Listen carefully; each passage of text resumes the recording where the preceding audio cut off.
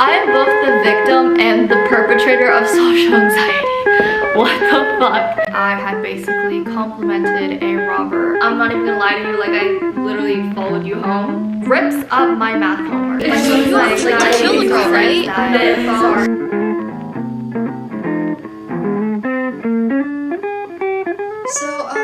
that I'm traumatized, I thought that today I would share some of the things that keep me up at night, because they're keeping me up right now. And I also thought I would eat some midnight snacks while I share them, and you should as well. Chocolate chip cookies, a water jug, a fish, which is more like a catfish because it looks like the type of fish that you would flush into the toilet after it died.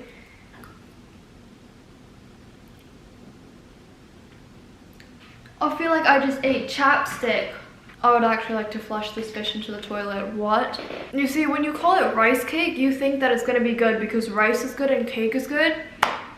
But anyway, in no particular order of humbling, this is the few stories that I am trying to process through today. I came out of the mall straight into the bus station and fell, like bowling style, like this, in front of two buses full of people trying to cross the road. And the even crazier thing was Apple headphones have gotten so good at noise canceling that I didn't even realize I fell until I was still trying to walk, that I was like, I'm on the floor. To then which there was 3 men in every single direction running towards me, so I had nowhere to escape. I'm very thankful that there was people coming to check if I was okay, but having 3 men running towards you only to grab you by your arms and legs and lift you up while making jokes about falling was not the Wattpad moment I was promised. Like, they were making jokes like, should have put skis on so your fall would make more sense, or I don't know, it was like a bro bonding moment for them, so I'm glad they got that. There was also a time in Italy where I complimented a girl's Louis Vuitton scarf and then turned around and felt somebody trying to unzip my backpack, and then turned back around and saw that it was her trying to unzip my backpack, meaning I had basically complimented a robber on something that she had stole. Or the multiple times where I have tried to genuinely compliment someone, and because I just suck at delivery, they have said, you don't need to be fake like that. Come on, we all know that was fake. That just made me feel worse because you didn't even try to make it sound real. There was this other instance where I had done a regional competition and I had placed 3rd, so I was the first runner-up for state because 1st and 2nd place get to go to state. And so they posted the results for like the entire district to see, so anyone who competed, because there was like a bunch of events in this competition, anyone who competed would have access to basically all the results, so they could see every single 1st, 2nd, 3rd, 4th, 5th. Okay, I'm gonna try to explain the rest of the story on here because I did not know what I was saying in that video. Don't mind the milk. So my friend was basically able to see my results even though she was at a different school because she was in the same district. She was also able to see who the 1st and 2nd place was for my event since I got 3rd, and she happened to know the 2nd place person because the 2nd place person goes to her school. She then made a comment saying that she was basically gonna food poison the girl days before the competition so that she would not be able to go, would have to disqualify, and then I would automatically go up because I was 3rd place and I was the runner-up for 2nd place or the runner-up for state. Anyway, basically I didn't know any of this until one day I was in AP research, and then all of a sudden I get called into the front office. Mind you, I never get called in the front office. I go into the room and there's 2 police. And like one of them was holding a recording device and he was trying to hide it and be slick about it, but this recording device is old as fuck. It is making noises. It is fucking telling you that it's dying. Like it is going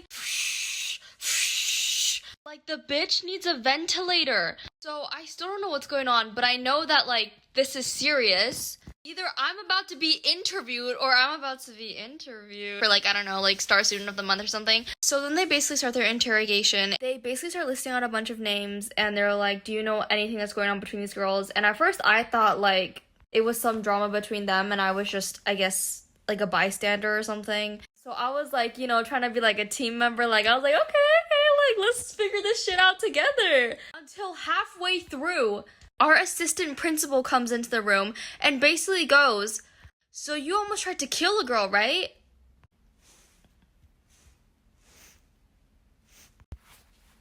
You talking to one of you guys, or?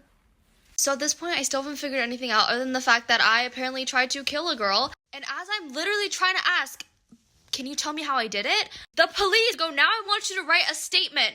They haven't told me the event. They haven't told me the dates. They haven't told me anything. And I'm like, how the fuck do I write this statement? So my first question was like, do you have an example? Like, do you have one that's already written so I can like kind of like see how, you know, you want the formatting? Like, do you want the MLA citation at the end? The police are clearly not happy with me. They're like, write down as many details as you can because that will help your case. This is a serious deal. You could get suspended. So I go out to write my statement and even the front lady is judging me weirdly. The front lady! The lady who hands out candy? I write my statement and I'm gonna show it here. It's the stupidest thing ever. Like, this feels like one of those high school movies that I never would have imagined I'd be dragged into because I've actually been going through my own struggles. Finally, like a week later, the assistant principal pulls me into his office and basically tells me the entire story. I'm pretty sure it was just a joke, but somebody along the way, whether it was her friend or a teacher, whoever overheard, I don't really know what happened, apparently thought she was gonna actually do it. And then I guess when they questioned her, my name was brought in because it was the girl in my event. So after that, my friend ended up explaining the situation and it's like all good now. I just can't get over the fact that food poisoning was actually thought of. Like, we are nerds. The most violent thing we do is debates. There was also this time where I was talking to this guy and YouTube recommended me this Chinese TV show the following day and he was in it. And I almost shit my pants right then and there because I genuinely thought the FBI got to me or something. I know that the fucking cookies have gotten really strong these days and the internet is just a fucking spy, but that was a new level of how are you this involved in my life. The next instance was when I went up to the cashier knowing I was on 1%, but I had her scan my entire section of items and I was getting ready to pay and my phone died right as I was clicking Apple Pay. You know, instead of panicking, even though there was a whole bunch of other people waiting, I went to go charge my phone while the line was still waiting, waited for it to charge 1%, went to go Apple Pay it, and it died again. I also remember the one time I was in the psychiatric intensive care unit. I was talking to my psychiatrist who happened to be Asian about an argument that I had gotten into with my parents because my grades had dropped from A's to B's. It was like this 30-minute story and his first question was, but how did you get a B in calculus? And I was so taken aback, I wanted to ask him, but why are you not a neurosurgeon or a cardiothoracic surgeon?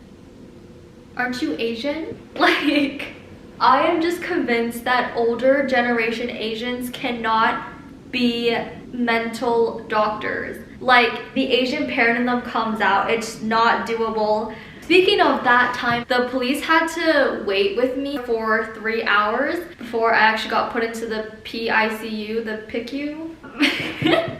This guy started swiping on TikTok, right? Which, like, honestly, relatable. Like, I totally get it. But this guy was not only swiping through TikTok, he was playing it with his sound fully on. So I could literally hear the audio changes. Like, every single time he would swipe through this and then this. I knew exactly what this guy's niche was. And what was even funnier was the fact that this guy then called one of his police friends and said, my phone is about to die, like, can you send another phone? I feel like we've entered a deep portal. Like, I've unlocked a new location of memories. Now everything that's popping up into my head is super random, but I remember the one time that I was in Spanish class. So I was in Spanish class for 2 years in middle school, and throughout the 2 years, my Spanish teacher, who I found out was not even Spanish but fully white, and I know that Spanish people are technically Caucasian, so the lines get a little blurry, but anyway, this person was not of any background that speaks Spanish. She was pregnant twice during my 2 years of Spanish with her, and so we had a bunch of substitutes, but the funny thing was that we had substitutes who did not know how to speak Spanish either, so I really took 2 years of do whatever the fuck you want. So we had a substitute, and this was my first day meeting the substitute. The other issue was that our class was very like rowdy, if you will, so our substitutes kept quitting. So this was, I think, like our third substitute in, and we were meeting her for the first time, and she came in late. So I was doing my math homework, and she comes in and doesn't even put down her bag, doesn't even say hello, comes straight to my desk and rips up my math homework. Okay, so I just ran out of storage on my other camera because she's a rambler. But yeah, comes over and rips up my homework for no apparent reason. Literally nobody else in the class was speaking Spanish. There was girls twerking in the corner. There was guys fucking play fighting. There was a person who was literally vaping. And instead she comes to me, the girl who is doing her math homework, being the goody two-shoe. I literally had beef with her the entire rest of her time here, which was like 2 weeks because she quit after that. I remember we had another substitute teacher who lost her voice box. We had this other teacher who was super duper nice, like she actually knew Spanish. She was super nice and she knew Spanish, but because she was so nice, like everyone would just mess with her. And so like for roll call, we would all be somebody else's name. Like our entire class bonded and we came together and we picked different names, and so everyone was like in on it. That went on for like weeks before someone was absent, and then it didn't start adding up, but like I still don't know how we got away with that. Long story short, I don't know any Spanish. No hablas español is like the one phrase I learned, which is ironic. That is it for this video. Just thought that I would take the things that make me overthink and spread them to you, because sharing is caring. So, not my problem anymore.